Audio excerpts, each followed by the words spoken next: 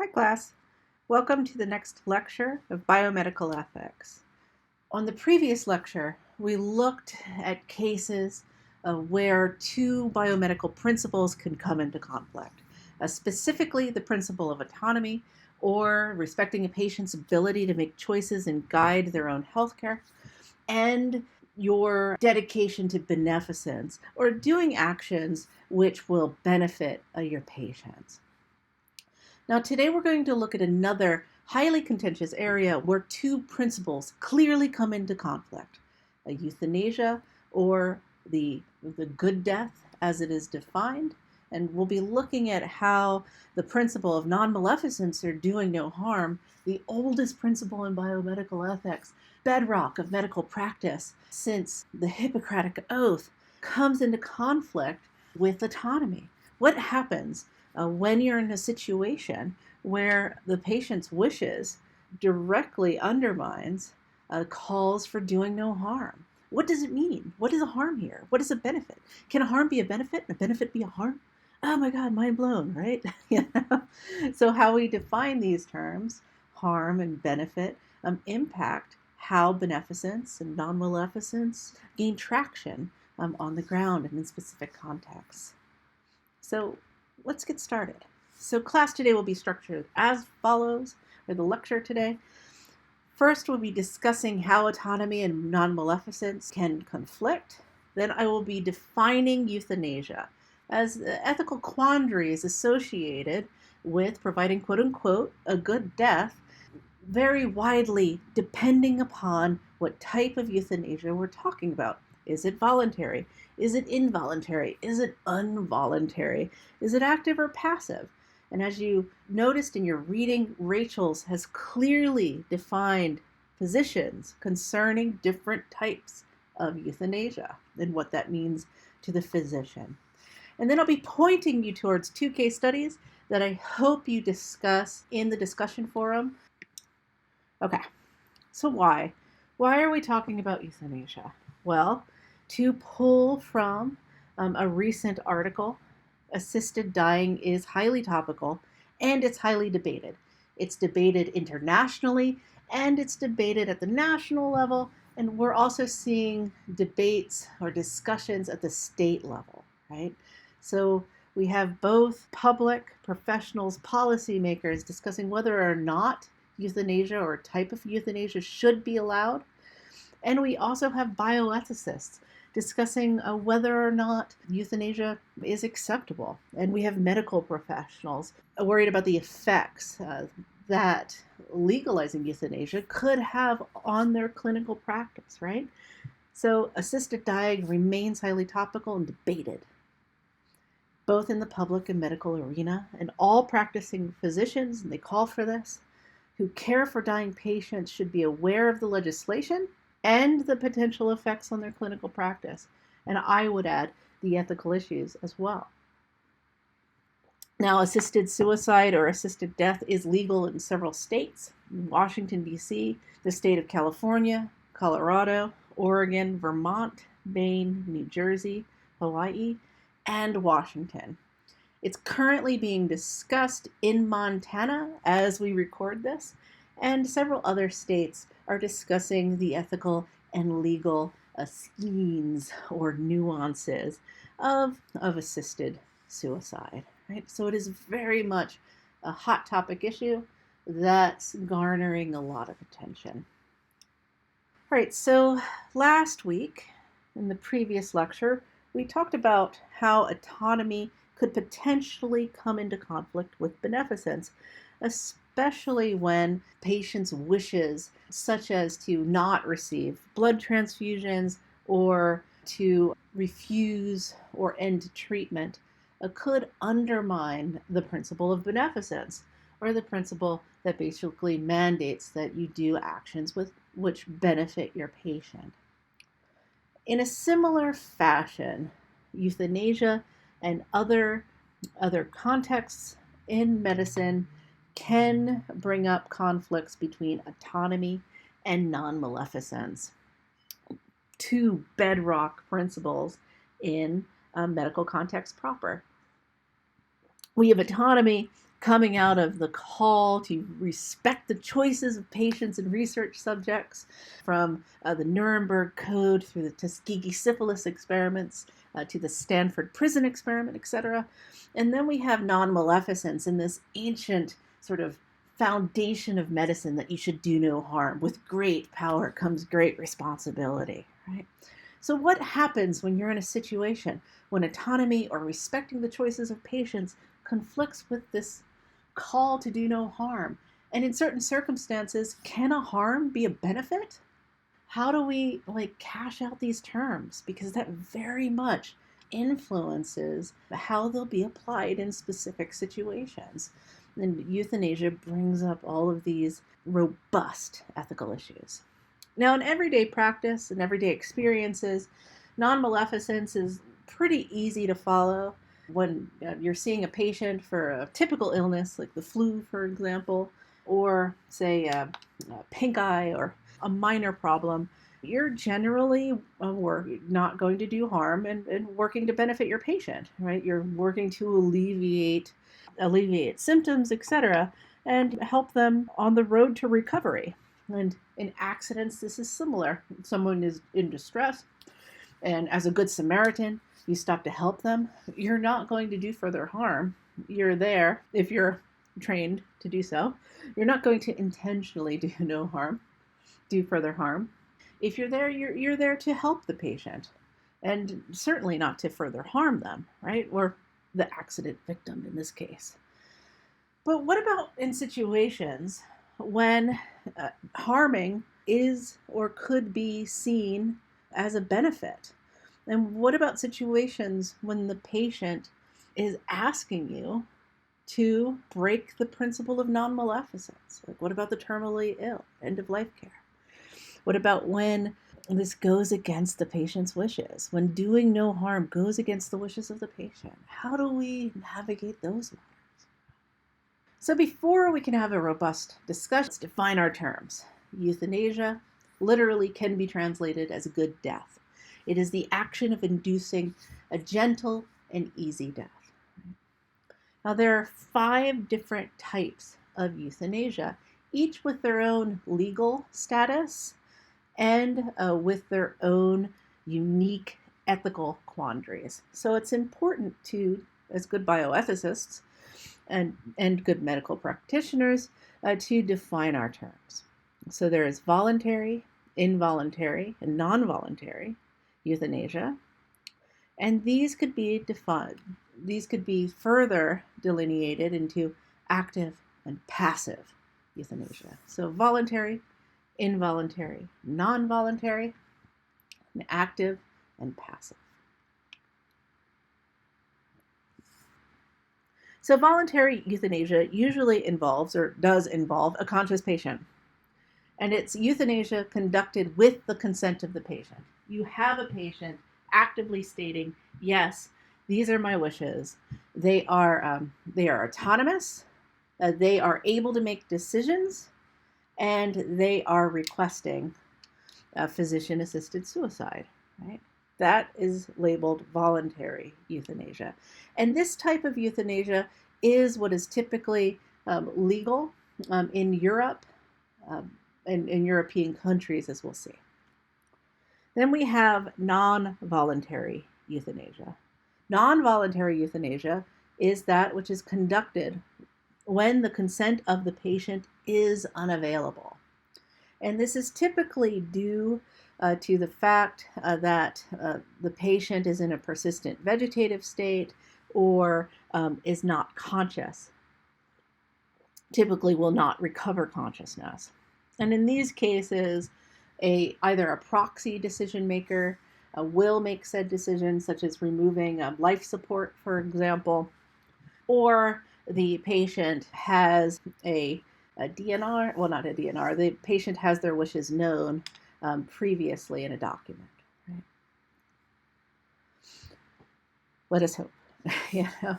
So we have voluntary euthanasia where the patient can actively consent, and we have non-voluntary euthanasia when euthanasia is conducted when the consent of the patient is unavailable. And then we have involuntary euthanasia, And involuntary euthanasia is typically seen as a ghost in the end of a slippery slope. It's typically used as a reason for not legalizing physician-assisted suicide. Right? Involuntary euthanasia is euthanasia conducted against the express will of the patient. Outside of corporal punishment, this is a crime, and also known as murder, and it should be avoided at all costs. I'm pretty sure I do not need to state that, especially in an ethics class, right?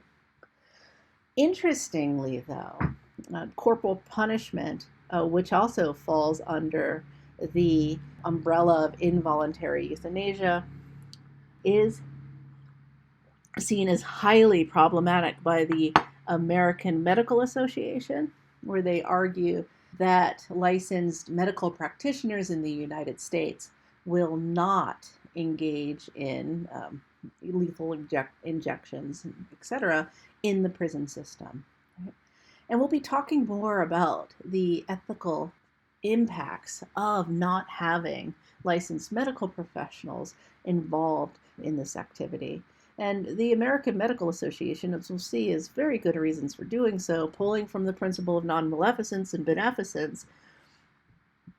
Most of the principles could push back against this, right? And yet, not having licensed professionals could increase suffering. So this is another thing that we could discuss. We can either discuss in the healthcare and prison section, or we could discuss here. But involuntary euthanasia in general, both by the American Medical Association and by the laws of the land, is seen as illegal and unethical.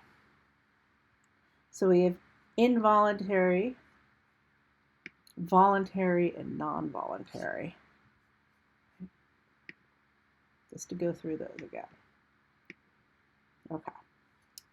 So voluntary, non-voluntary, and involuntary euthanasia can all be further divided into passive or active variants. And here's where the Rachel's reading comes into play. He was very much focused on passive and active. And we like to think of them as distinct, but are they, right? Oh no, I'm getting ahead of myself. Let's bring it back. So voluntary, non-voluntary, and involuntary euthanasia can all be defined into passive or active. Passive euthanasia includes the withholding of common treatments, such as antibiotics necessary for continuance of life. So passive euthanasia would be, for example, removing life support, right? You are removing something that the patient needs to continue their life, right? Be that treatments, be that medication, be that life-saving devices. These are removed so that the patient could pass away naturally, quote unquote, right? And then active euthanasia is not simply the withholding or withdrawal of care. Active euthanasia involves taking deliberate steps to end a patient's life. And this is typically administering some sort of narcotic, etc., that causes the patient to die, right? So there is a huge debate in medical contexts concerning the ethical status of both of these. Typically, passive euthanasia, or the withdrawal of care, is seen as more ethical than active euthanasia, or taking the deliberate steps to end a patient's life, right? Because active euthanasia would entail breaking the principle of non-maleficence. You are actively harming your patient. You're actively ending the life of your patient.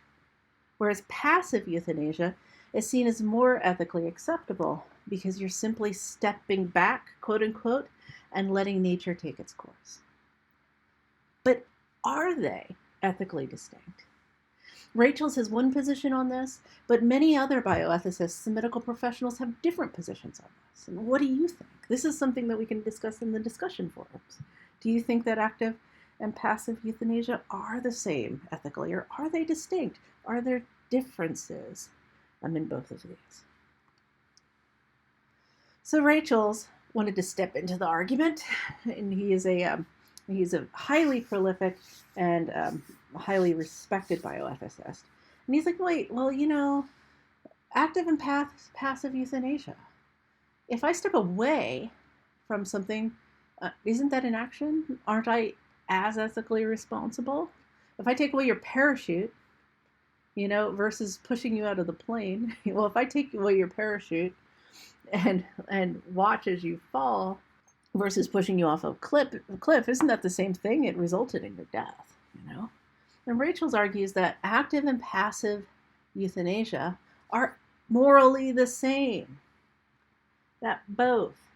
There shouldn't be no ethical distinction between them. They are both problematic, and they both break the principle of non-maleficence. And we should not be doing that. That's pretty much his argument in a nutshell, the 6 pages. So he argues, yes, morally they're the same, but legally there is a distinction between active euthanasia and passive euthanasia, right? Like, we have good reason legally to note the distinction.